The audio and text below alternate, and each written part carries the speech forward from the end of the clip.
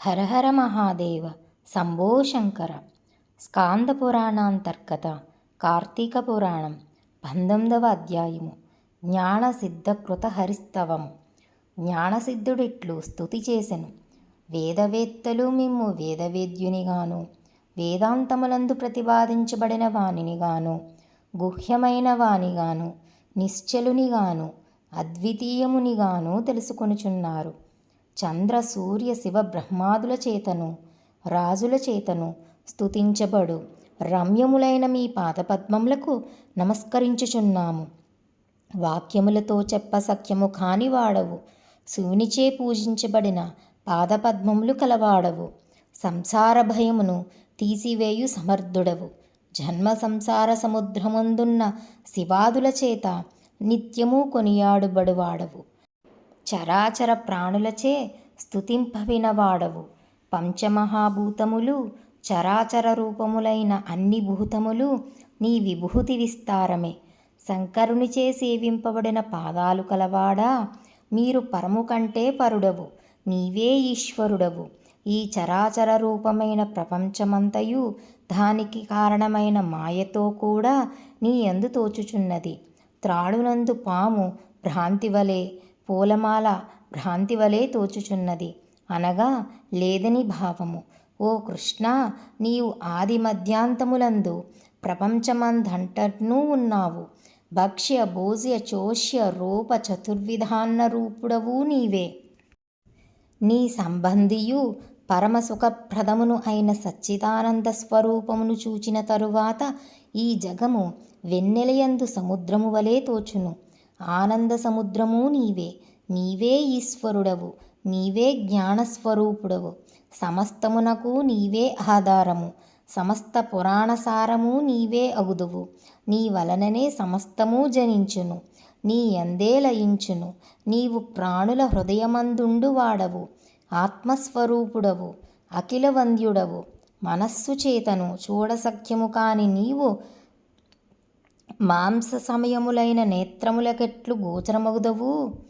ఓ కృష్ణ, నీకు నమస్కారము. ఓ ఈశ్వర, నీకు నమస్కారము. ఓ నారాయణ, నీకు నమస్కారము. నన్ను ధన్యునిని చేయుము, మీ దర్శన ఫలము విఫలము చేయకము. ఓ పరమపురుష, నీకు మాటిమాటికి నమస్కారము. ఓ దేవేశ, నన్ను నిరంతరము పాలించుము, నీకు నమస్కారము. సమస్త లోకములయందు పూజించదగిన నీకు నేను మ్రొక్కెదను. ఇందువలన నా జన్మ సఫలమొగుగాక. నీకేమియూ కొరత పడదు గదా, నీ జ్ఞానానికి లోపము ఉండదు కదా. నీవు దాతవు, కృపాసముద్రుడవు. నేను సంసార సముద్రమగ్నుడనై దుఃఖించుచున్నాను. కాబట్టి సంసార సముద్రమునందు బడియున్న నన్ను రక్షించుము. శుద్ధచరిత ముకుంద, దుఃఖితుడనగు నన్ను రక్షింపుము. త్రిలోకనాథ నమస్కారము. త్రిలోకవాసి నమస్కారము.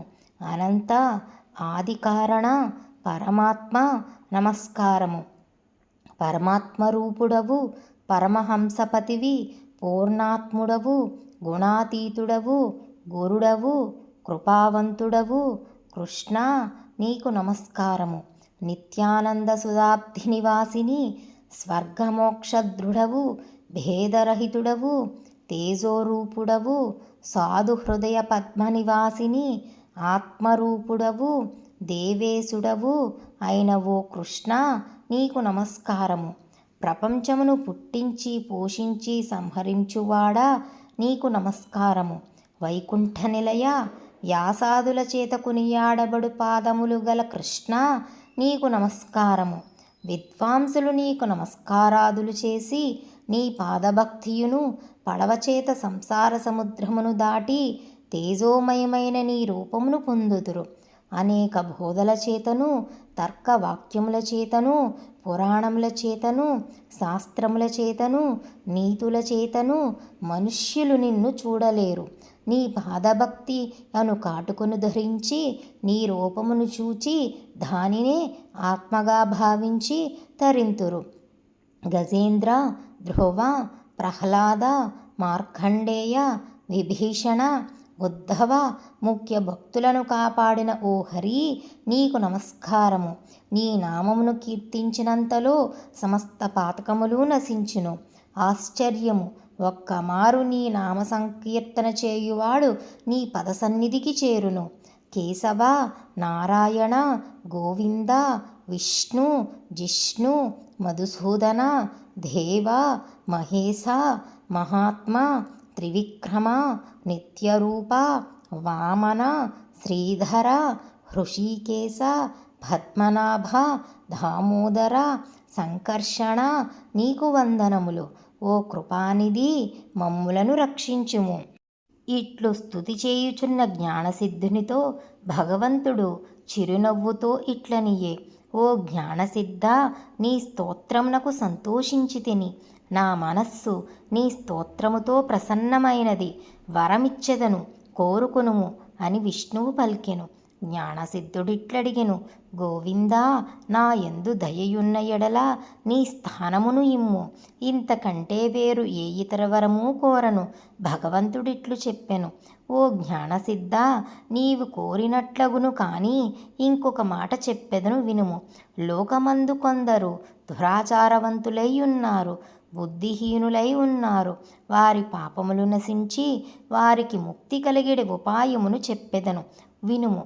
ఓ మునీంద్రులారా, మీరందరూ వినుడు. నే చెప్పడి మాట ప్రాణులకు సుఖదాయకము.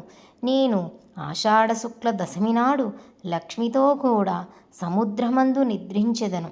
తిరిగి కార్తీక శుక్ల ద్వాదశి నాడు మేల్కొదెను. కాబట్టి నాకు నిద్రాసుఖము ఇచ్చడి ఈ మాస చతుష్టయమందు శక్తివంచన చెయ్యక వ్రతాదులనాచరించు వారికి పాపములు నశించును, నా సన్నిధియు కలుగును. నాకు నిద్రాసుఖప్రదమైన ఈ మాస చతుష్టయమందు వ్రతమాచరించని వాడు నరకమందు పడును. ఓ మునీశ్వరులారా, నా ఆజ్ఞ మీద భక్తివంతులైన మీరు ఇష్టార్థదాయకమైన ఈ వ్రతమును తప్పక చేయండి. ఇంకా అనేక మాటలతో ఏమి పనియున్నది? ఎవ్వడు మూఢుడై ఈ చాతుర్మాస్య వ్రతమును చేయడో వాడు బ్రహ్మహత్యా ఫలమును పొందును. నాకు నిద్ర కానీ, మాంద్యము కానీ, జాడ్యము కానీ, దుఃఖము కానీ, జన్మజరాదులు కానీ, లాభాలాభములు కానీ లేవు. అనగా ఈ నిద్రాదులకు భయపడి నేను సముద్రమందు శయనించలేదు. నా భక్తి గలవారు ఎవ్వరో, భక్తి లేనివారు ఎవ్వరో పరీక్షించి చూతమని నిద్రయను వంక పెట్టుకుని శయనించెను. కాబట్టి నా ఆజ్ఞననుసరించి నాకిష్టమైన ఈ చాతుర్మాస్య వ్రతమును చేయువారు విగతపాపులగుదురు, నాకు ఇష్టులగుదురు. నీచే చేయబడిన ఈ స్తోత్రమును నిత్యము త్రికాలమందు పఠించు వారికి నా భక్తి స్థిరమై అంతమందు నా లోకమును చేరి సుఖింతురు. హరి ఇట్లు చెప్పి లక్ష్మితో కూడా ఆషాఢశుద్ధ దశమి నాడు పాలసముద్రమందు నిద్రించుట కొరకు వెళ్ళి ఆదిశేషుని తల్పమందు శయనించెను. అంగరీషుడిట్లు పలికెను, ఓయి, నీవడిగిన ప్రశ్నకు సమాధానముగా ఈ చాతుర్మాస్య వ్రతము సర్వఫలప్రదము, అన్ని వ్రతములలోనూ ఉత్తమోత్తమమైనది. పాపవంతులు గాని, దురాత్ములు గాని, సాధువులు గాని ఎవరైనను హరిపరీక్ష్ణులై ఈ 4 మాసాలు చాతుర్మాస్య వ్రతమును చేయవలెను. బ్రాహ్మణులు, క్షత్రియులు, వైశ్యులు, శూద్రులు, స్త్రీలు, యతులు, ఇతరులు అందరును ఈ వ్రతమును విష్ణుప్రీతి కొరకే చేయవలెను. ఈ చాతుర్మాస్య వ్రతమును పుణ్యస్త్రీ గాని, విధవ గాని, శ్రమణి గాని, లేక సన్యాసి గాని తప్పక చేయవలెను. మోహము చేత చాతుర్మాస్య వ్రతమును చేయకుండిన ఎడల శుచిత్వము లేక బ్రహ్మహత్యా పాపమును పొందును. మనోవాక్కాయముల వలన శుద్ధము చేసుకుని చాతుర్మాస్యమునందు హరిని పూజించినవాడు ధన్యుడగును. చాతుర్మాస్య వ్రతమాచరించని వాడు 1,000,000 జన్మములందు కళ్ళు త్రాగువాడు పొందడి గతిని పొందును. సందేహము లేదు, పరమాత్మ తుష్టికై చాతుర్మాస్య వ్రతమాచరించని వాడు గోహత్య చేసిన వాని ఫలమును పొందును. ఈ ప్రకారముగా వీలు చేసుకుని ఏ విధముగానైనను చాతుర్మాస్య వ్రతము ఆచరించువాడు 100 యజ్ఞముల ఫలము పొంది అంతమందు విష్ణులోకమును చేరును. జ్ఞానసిద్ధుడిట్లు హరి యొక్క మాటలను విని చాతుర్మాస్య వ్రతమును చేసి వైకుంఠలోక నివాసులు అయిరి. స్కాంద పురాణాంతర్గత కార్తీక పురాణం 19వ అధ్యాయం సమాప్తం.